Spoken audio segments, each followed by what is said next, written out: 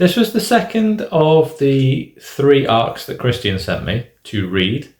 I wanted to catch up on them, and this is the one that I said during a post on Threads, I think about an hour into it, that was making me want to watch the actual film.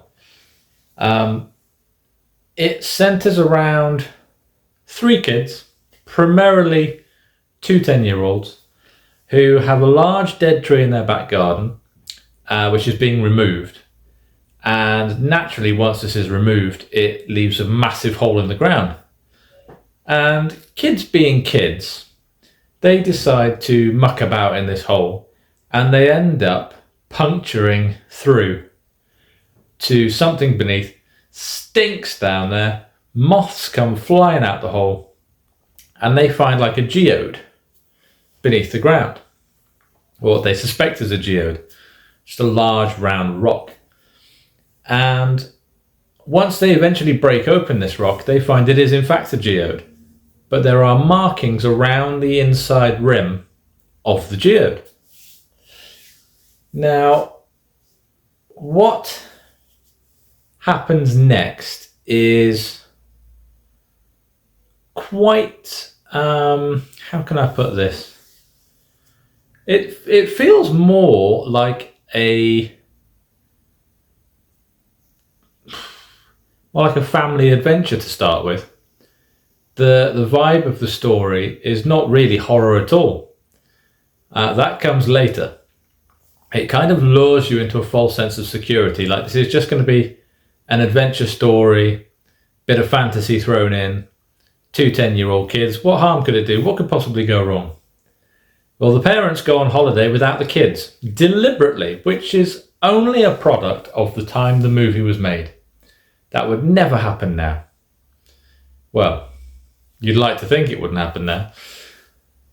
And while these parents are away, things start happening. Moths start bombarding the windows at night, and the kids start seeing visions of things, and they're terrifying visions. And the activity grows and grows, and then these 2 10-year-old kids take it upon themselves to try and research or try and look up what's happening, bearing in mind they are 10 years old.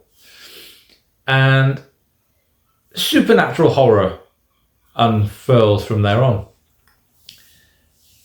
Like I say, I know it's a really old film, but I don't want to spoil it, because I could have watched this film decades ago and I didn't, so I knew nothing about it. And for people who don't know anything about it, I don't want to spoil it with these novelizations. So what I will say is it was very entertaining, very well written.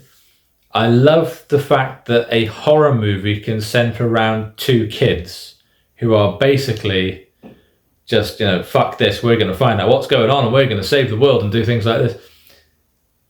I love that about it. And the descriptive elements are horrific in the best possible way.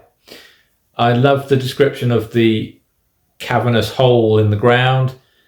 It's like red pulsing crystalline structure, which is what makes me want to watch the movie, to sort of see that for myself. I love the fact that we have a scenario, I can't spoil this, where many creatures are involved, and they remind me kind of the creatures that I created for Horizon, which is my sci-fi horror. Very much reminiscent in my brain. That's how I'm seeing them. I really enjoyed this. I thought it was a great read. As I say, I read it in a matter of hours. Christian is, as I keep saying, the king of novelizations for me. I've never read one better. And I don't know when this is coming out, so I may repost this at some point.